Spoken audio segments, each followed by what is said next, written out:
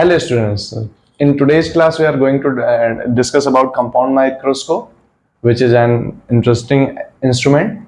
Generally we use this instrument to see very tiny object. In laboratory you have seen before. Let's start with definition. Compound microscope is an optical device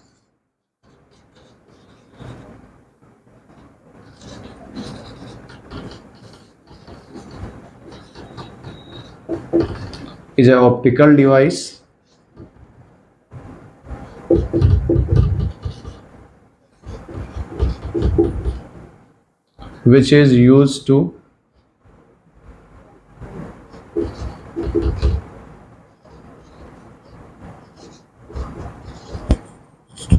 see very tiny object.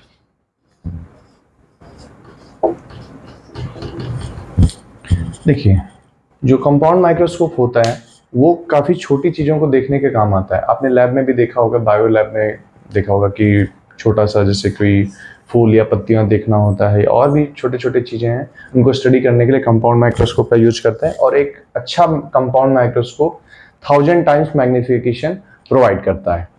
होता क्या है कि जैसे simple microscope में एक single convex lens होता है छोटी फोकल लेंथ का, कंपाउंड माइक्रोस्कोप में 2 लेंस यूज होंगे. कॉन्वेक्स लेंस ही यूज करेंगे, 2 होंगे. तो एक लेंस आपका छोटा जो ऑब्जेक्ट के सामने रहता है वो ऑब्जेक्टिव पीस कहलाता है, और जो जिधर से हम इमेज देखते हैं वो आपका आई पीस कहलाता है. तो पहले इसका डायग्राम बना लिया जाए. तो सबसे पहले हम ड्रॉ कर लेते हैं प्रिंसिपल एक्सिस. फिर सिंस आपका जो ऑब्जेक्टिव पीस होता है वो काफी छोटा होता है, और जो आपका आई पीस होता है वो बड़ा होता है. इसका रे डायग्राम बनाते हैं. देखिए, बहुत छोटा ऑब्जेक्ट होता है जिसका आप इमेज देखने जा रहे हैं, जिसको मैग्नीफाई करके मान लीजिए AB है, उसकी हाइट h है. अब एक light parallel to principal axis जाएगी तो कहां कट करेगी? फोकस पॉइंट पे. ये F हो जाता है. और एक लाइट ऑप्टिकल सेंटर से होके पास होती है.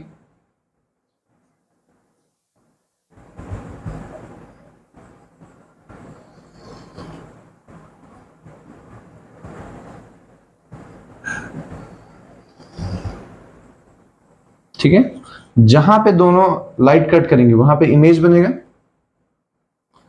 ये इमेज मान लीजिए h डैश हाइट की बन रही है. ठीक है, ये A डैश और ये B डैश मान ले रहे हैं. ठीक है, और ये फाइनल रिफ्रैक्ट होके ये इमेज बना रही है जहां पे आपकी आंखें इनको देख पा रही हैं. अब देखिए होता क्या है. ऑब्जेक्टिव कॉन्वेक्स लेंस है, इमेज का एक मैग्नीफाइड रियल इमेज बनाएगा, real and inverted A dash B dash. अब ये इमेज एज ए सर्व करेगा ऑब्जेक्टिव के लिए. लेट हियर मेंशन दैट ये ऑब्जेक्टिव हो गया, ये आपका आई पीस हो गया.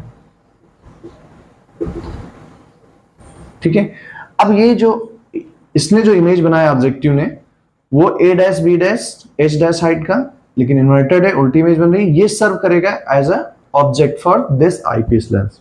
एंड आईपीस लेंस जैसे आपने सिंपल माइक्रोस्कोप में मैंने बताया था, ये इसको मैग्नीफाई करके इमेज बनाएगा. और कैसे बनाएगा? क्योंकि ये नियर अबाउट फोकस पॉइंट ही होता है, तो ये इसके लिए एज अ ऑब्जेक्ट सर्व करेगा. तो let's say this distance is सर्व है UE. ठीक है, और ये आपका, तो अब इससे इमेज ऐसा लगेगा कि यहां पे बन रही है. ये आपका इमेज हो गया.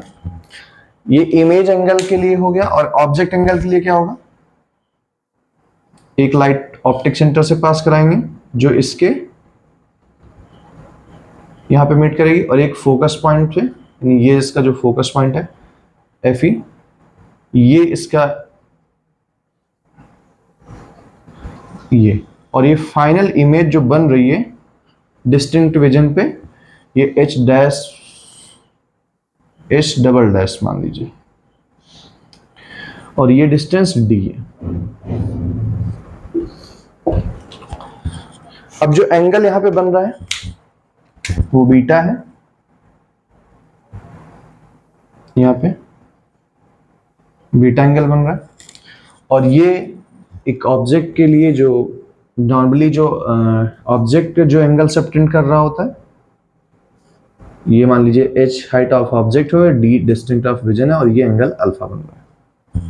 ठीक है, तो रे डायग्राम कंप्लीट है। इसको एक बार फिर से मैं समझा दे रहा हूँ। एक छोटा सा ऑब्जेक्ट है जो कुछ डिस्टेंस पे रखा हुआ है, near about focus point, not on focus point but near about. इसकी इमेज रियल एंड इन्वर्टेड बनेगी a डैश b डैश पे। ठीक है, तो ये डिस्टेंस जो होगी यहां से यहां तक, इसके लिए तो इमेज डिस्टेंस यहां कहलाएगी, यानी ये vo मान लीजिए। और ये यही इमेज इसके लिए ऑब्जेक्ट की तरह सर्व करेगी, जिसकी magnified image a dash b dash h dash बनेगी। यहाँ पे मैं मेंशन कर दे रहा हूँ, a double dash b double dash. ठीक है, तो हमारा मैग्निफिकेशन का फॉर्मूला क्या होता है? tan beta upon tan alpha. Okay, तो tan बीटा यहां पे हमें मिल जाएगा, क्या होगा? परपेंडिकुलर अपॉन बेस होता है, तो tan बीटा की वैल्यू यहां पे क्या मिल जाएगी इस वाले ट्रायंगल से? पहले मैं मेंशन ही कर दे रहा हूं, tan बीटा इक्वल टू यहां पे h डैश अपॉन ue और tan अल्फा क्या हो जाएगा? h upon d। अगर यहां पे वैल्यू पुट करें tan बीटा में tan की, तो m इक्वल टू क्या मिल जाएगा? h dash upon ue divided by h upon d। तो ये d ऊपर चला जाएगा और ये h नीचे ही रहेगा, ue नीचे आ जाएगा, तो ये मिल जाएगा h dash upon h into d upon ue। अब देखिए h डैश क्या है? हाइट ऑफ इमेज जो इसके लिए बन रहा है, जो ऑब्जेक्टिव बना रहा है, और h क्या है? हाइट ऑफ ऑब्जेक्ट है। तो बेसिकली ये आपका क्या हो गया? ये मैग्निफिकेशन है फॉर दिस लेंस, यानी mo लिख सकते हैं इनटू d आपका अगेन आपका बन जा रहा है इमेज एट डिस्टेंट इमेजिंग, और ये ue आपका ऑब्जेक्ट डिस्टेंस होगा, तो ये भी आपका मैग्निफिकेशन फॉर आईपीस बन रहा है। तो एक फॉर्मूला तो आपका ये आ गया। ठीक है, अब इसको जरा समझ लेते हैं आगे। और नॉर्मल मैग्निफिकेशन फॉर्मूला है tan beta upon tan alpha. tan beta की वैल्यू इस वाले ट्रायंगल से हमारी आ जाएगी h डैश अपॉन ue, और tan अल्फा जो नॉर्मल जो ऑब्जेक्ट का एंगल बन रहा है वो अल्फा है। ठीक है, d डिस्टेंस पे, तो वो वैल्यू पुट किया है और हमें mo इंटू me ये मिल गया है। ठीक है, तो इसको मिटा दे रहा हूं। तो ये हमारा एक फॉर्मूला आ गया m equal to mo into me। ठीक है, अब me क्या है? एक सिंपल माइक्रोस्कोप की तरह सर्व कर रहा है, जैसे हमने रे डायग्राम में बनाया आपको। तो हम क्या लिख सकते हैं? mo के लिए तो वैल्यू हमें पता है क्या है, h डैश हमारा इमेज बन रहा है। ठीक है, तो इमेज हमारा कहां पे बन रहा है? h dash upon h into, और ये me क्या है? सिंपल माइक्रोस्कोप तरह सर्व कर रहा है, तो 1 प्लस d बाई fe। वहां पे कुछ होता था ना, मतलब मैंने सिंपल माइक्रोस्कोप में बताया था 1 प्लस डी बाई एफ होता था। चूंकि एफ इसलिए लिख दे रहा हूँ क्योंकि यहाँ पे दो लेंस यूज हो रहे हैं, तो आप कंफ्यूज हो जाएंगे किसका फोकल लेंथ यूज करना है। तो हम सिंपल माइक्रोस्कोप फाइनल जो इमेज को मैग्नीफाई कर रहा है वो आईपीस कर रहा है, तो इसलिए उसका फोकल लेंथ लीजिए। और एच डैश एफ जो आपका नॉर्मल मैग्निफिकेशन होता है, जिसकी वैल्यू क्या होती है? वीओ अपॉन यूओ मल्टीप्लाई हो जाएगा 1 plus D by F E. ठीक है, तो एक तो फॉर्मूला आपका ये आ गया, एक और आ गया, बट ये केस तब है जब हमारा आई अंडर स्ट्रेन केस है। इसका एक फार्मूला और भी है, जैसे VO है हमारा, जो इमेज बन रही है वो लेंथ पे बन रही है, ठीक है। और ऑब्जेक्ट हमारा जब फोकस पॉइंट पे रखेंगे तो नियर अबाउट, इसको एक और फार्मूला लिख सकते हैं, इसको मिटा देता हूं मैं, जैसे VO आपका लेंथ ऑफ ट्यूब हो गया, एंड UO आपका जब फोकस पॉइंट पे रखेंगे तो -FO लिख लेंगे, यानी कि फोकस पॉइंट पे रखेंगे तो ऑब्जेक्ट डिस्टेंस नेगेटिव होती है। तो एक फार्मूला आपका ये भी बन जाएगा, -L/FO 1 + D/FE, ठीक है। अब ये आपका मैग्निफिकेशन तब आ रहा है जब इमेज नियर बाई पॉइंट पे बन रही है, यानी आई अंडर स्ट्रेन का केस है, ये आई अंडर स्ट्रेन का केस है।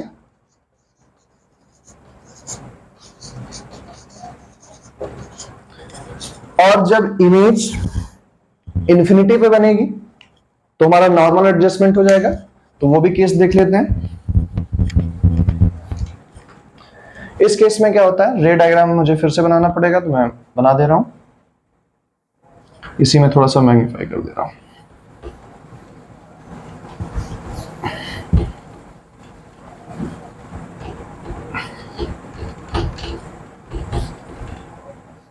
बस थोड़ा सा रे डायग्राम चेंज होगा, बाकी फार्मूले में थोड़ा सा चेंज होगा।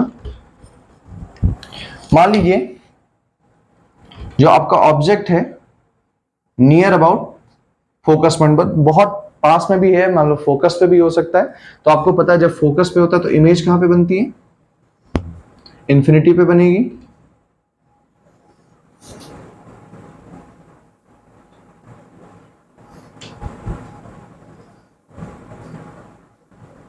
यानी ये जो इमेज बना रहा ऑब्जेक्टिव वो आईपीस के,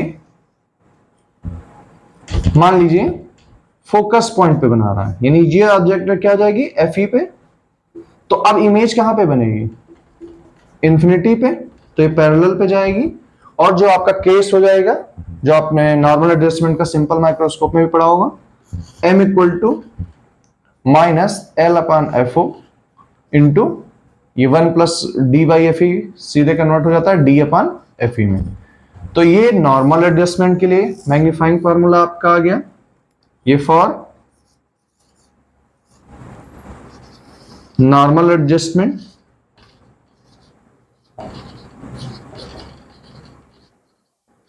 नहीं, आपके लिए दो फार्मूले यूज करने हैं, बेसिकली तीन है, एक M = MO × ME है, आप अलग अलग सेपरेट करके मल्टीप्लाई करके भी निकाल सकते हैं, जो जितने भी लेंस है उनकी पावर मल्टीप्लाई होती चली जाती है, ठीक है।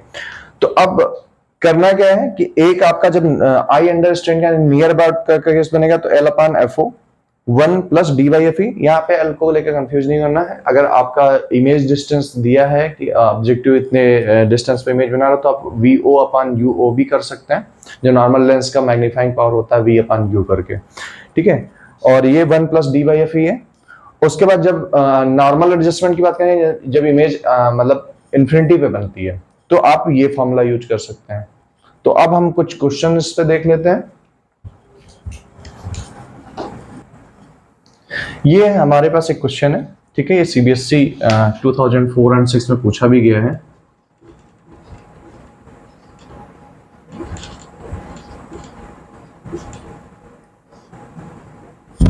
एक क्वेश्चन है कि a compound microscope with an objective of 1 centimetre. तो सॉल्यूशन हम लिखते चलते हैं, जो हम क्वेश्चन सबसे पहले क्वेश्चन पढ़ते हैं, जो डेटा मिले उसको हम गिवन दैट पे लिखते चलते हैं। तो गिवन दैट में हमारे पास क्या क्या डेटा है, objective of 1 centimetre focal length, ठीक है। तो हमारा FO की वैल्यू क्या गिवन है, 1 सेंटीमीटर, चूंकि कॉन्वेक्स लेंस यूज होता है तो फोकल लेंथ पॉजिटिव ही रहेगा, and an eyepiece of 2 centimetre focal length, यानी FE की वैल्यू क्या है 2 centimetre, has a tube length of 20 centimetre, यानी लेंथ ऑफ ट्यूब L की वैल्यू कितनी है 20 centimetre. Calculate the magnifying power of microscope, यानी हमें मैग्नीफाइंग पावर निकालनी है if the final image formed at the near point. बस हमें यही चीज मैंने हाईलाइट करी है जो हमारे काम की है, नियर पॉइंट है, यानी आई अंडर स्ट्रेन का केस है। तो आई अंडर स्ट्रेन के लिए अभी मैंने फॉर्मूला आपके लिए क्या बनाया है, m equal to L upon FO 1 plus D by FE। अब वैल्यू पुट कर लेते हैं तो क्या हो जाएगा, L, वैसे आपका फॉर्मूला था माइनस L बाई FO, तो चूंकि ऑब्जेक्ट रखते हैं बिफोर द लेंस तो वो ऑब्जेक्ट लेंथ नेगेटिव भी हो जाता है, लेकिन फोकल लेंथ तो नेगेटिव नहीं है, तो इसलिए नेगेटिव यहाँ पे नहीं मेंशन किया, बट यहाँ पे जब वैल्यू पुट करेंगे तो नेगेटिव नेगेटिव प्लस हो जाएगा। तो एल की जगह पे 20 अपॉन FO की वैल्यू आपकी 1 सेंटीमीटर है, इधर 1 प्लस डी की वैल्यू आपकी डिस्टिंक्ट वजन की 25 होती है, क्वेश्चन में दिया हो चाहे ना दिया हो, आपका नियर पॉइंट कभी चेंज नहीं होता है, डी की वैल्यू 25 सेंटीमीटर लेते हैं। FE की वैल्यू 2 सेंटीमीटर है। इसको सॉल्व करेंगे तो 20 इंटू 25 बाई 2 यानी 12.5 हो जाएगा, 12.5 प्लस 1 13.5 हो जाएगा, एंड ये इसको मल्टीप्लाई करेंगे तो हमारा कितना आ जाएगा, ये जीरो कट जाएगा तो पॉइंट हट जाएगा, 135 का जस्ट डबल कितना 270। ये मैग्निफिकेशन का आपका वैल्यू आ गया तब जब इमेज आपका नियर बाई पॉइंट पे बनता है। तो इसी तरीके से ये आपका आंसर हो जाता है। एक बात बेटा मैं आपको और बताना चाह रहा हूं कि आप लोग जो एक कॉमन मिस्टेक करते हैं, जैसे जो आपको पता है वो पता है आप बोल के बता सकते हैं, लेकिन जब कॉपी आपके एग्जामिनर के पास जाती है तो वहां पे आप बोलने के लिए समझाने के लिए नहीं होते हैं, ठीक है, तो वहां पे आप लिख करके बताते हैं, यानी आपको रिटन माध्यम में बताना है कि हमने आंसर ही दिया है। तो आपसे नॉर्मली क्वेश्चन क्या पूछ रहा है कि मैग्नीफाइंग पावर बता दीजिए, आपने m की वैल्यू निकाल दिया और बस इतने पे छोड़ दिया, गलत नहीं है, बट तरीका और थोड़ा बेहतर हो सकता था कि आपके पूरे मार्क्स मिले, अच्छे मार्क्स मिले। तो आप ये भी लिख सकते हैं, यहाँ तो ऐसे आंसर डाल दीजिए तो भी ठीक है, आंसर ना डालते तो the given the magnifying power of microscope is this, आप रिजल्ट के साथ लिख सकते हैं, तो उससे थोड़ा सा इंप्रेशन अच्छा बनता है और आपके मार्क्स थोड़े बेहतर हो जाते हैं। तो हम दूसरा क्वेश्चन लेते हैं। तो हमारे पास एक और क्वेश्चन है जो CBSE 2020 में पूछा भी गया है। An optical instrument usage a lens of power, ठीक है, तो हमारे पास जो डेटा है उसको हम लिखते चलते हैं। सॉल्यूशन गिवन दैट, ठीक है, पावर दिया है, फोकल लेंथ ना देकर के पावर दिया हुआ, तो आपको कंफ्यूज नहीं होना है। तो पावर अगर हमारा 100 डायोप्टर है तो आपको पता है कि फोकल लेंथ ऑफ ऑब्जेक्टिव, की पावर ऑफ ऑब्जेक्टिव दिया तो फोकल लेंथ ऑफ ऑब्जेक्टिव क्या हो जाएगा, 100 बाई FO हो जाएगा। अगर हमें सेंटीमीटर में चाहिए तो 100 बाई FO होता है, अगर मीटर में चाहिए तो 1 बाई FO करेंगे। तो 100 बाई FO करेंगे तो हमें क्या मिल जाएगा, 100 बाई 100 1 सेंटीमीटर ही मिलेगा। Again for objective lens and 50 dioptre for eyepiece, ठीक है। तो बस थोड़ा सा डेटा को घुमाया गया है, ऐसे भी दे सकते हैं। तो PE आपका कितना दिया, 50 डायोप्टर, तो FE कितना हो जाएगा 100 बाई 50, जो कि आपका हो जाएगा 2 सेंटीमीटर। देखिए प्रीवियस क्वेश्चन में डायरेक्ट फोकल लेंथ आपका 1 सेंटीमीटर 2 सेंटीमीटर गिवन था, इसमें पावर के टर्म में दिया था, कुछ नहीं करना है, बस आपको उसको पावर को फोकल लेंथ के टर्म में लिख लेना है। अब कह रहा है length of tube is 25 centimetre, यानी L की वैल्यू हमारे पास गिवन है 25 centimetre. Again final image is formed at infinity, हमें यही जो डेटा है यही चाहिए होते हैं ताकि हम ये डिसाइड कर सके क्या फार्मूला लगाने जा रहे हैं। तो इन्फिनिटी का केस है, मतलब नॉर्मल एडजस्टमेंट का केस है। तो नॉर्मल एडजस्टमेंट में हमें मैग्निफिकेशन निकाल के देना है m। तो नॉर्मल एडजस्टमेंट के केस में क्या फार्मूला होता है, m equal to minus L by FO D by FE, ठीक है। FO ऑब्जेक्टिव, चूंकि अब FO focal length of objective तो पॉजिटिव ही होता है, लेकिन डिस्टेंस नेगेटिव रहेगी तो ओवरऑल पॉजिटिव ही हो जाएगा। तो वैल्यू पुट कर दें, L की वैल्यू हमारी कितनी है 25 है, divided by FO 1 centimetre, into D भी आपका 25 ही है और FE आपका 2 है। तो 25 इंटू 25 यानी 25 का स्क्वायर कितना होता है 625, 625 डिवाइडेड बाई 2 कितना हो जाता है 2 3 जा 6, 2 1 जा 2, 312.5, यानी मैग्निफिकेशन हमारा कितना आ गया, m की वैल्यू, ये आंसर आ गया। ठीक है, तो देखिए अगर बोर्ड में आए तो जनरली बच्चे बोर्ड से घबराते भी इसलिए हैं कि डेटा सही ना करके टिप का थोड़ा सा घुमा के दे दिया, तो घबराना नहीं है आपको। आप हमने सारी चीजें लगभग कवर कर दिया है। तो इस क्लास में इतना रखते हैं, नेक्स्ट क्लास में मिलते हैं। नेक्स्ट क्लास में मिलते हैं तो उसमें हमारा एस्ट्रोनॉमिकल टेलीस्कोप ही बचा हुआ है। एस्ट्रोनॉमिकल टेलीस्कोप, आप उसके बाद आपका रिफ्रैक्टिंग टेलीस्कोप, उसके बारे में डेरिवेशन नहीं, सिर्फ थ्योरेटिकल है, आपको कैसग्रेनियन न्यूटोनियन पढ़ना है और उसके बाद ये चैप्टर कंप्लीट हो जाएगा। फिर हम एक मैराथन रखेंगे, मैराथन वीडियो, जिसमें हम जनरली आपका जो न्यूमेरिकल्स आपके आए हैं लास्ट 7 ईयर्स उनके बारे में हम क्वेश्चन लेंगे और सॉल्व करेंगे। तो तैयारी करते रहिए। All the best, thank you.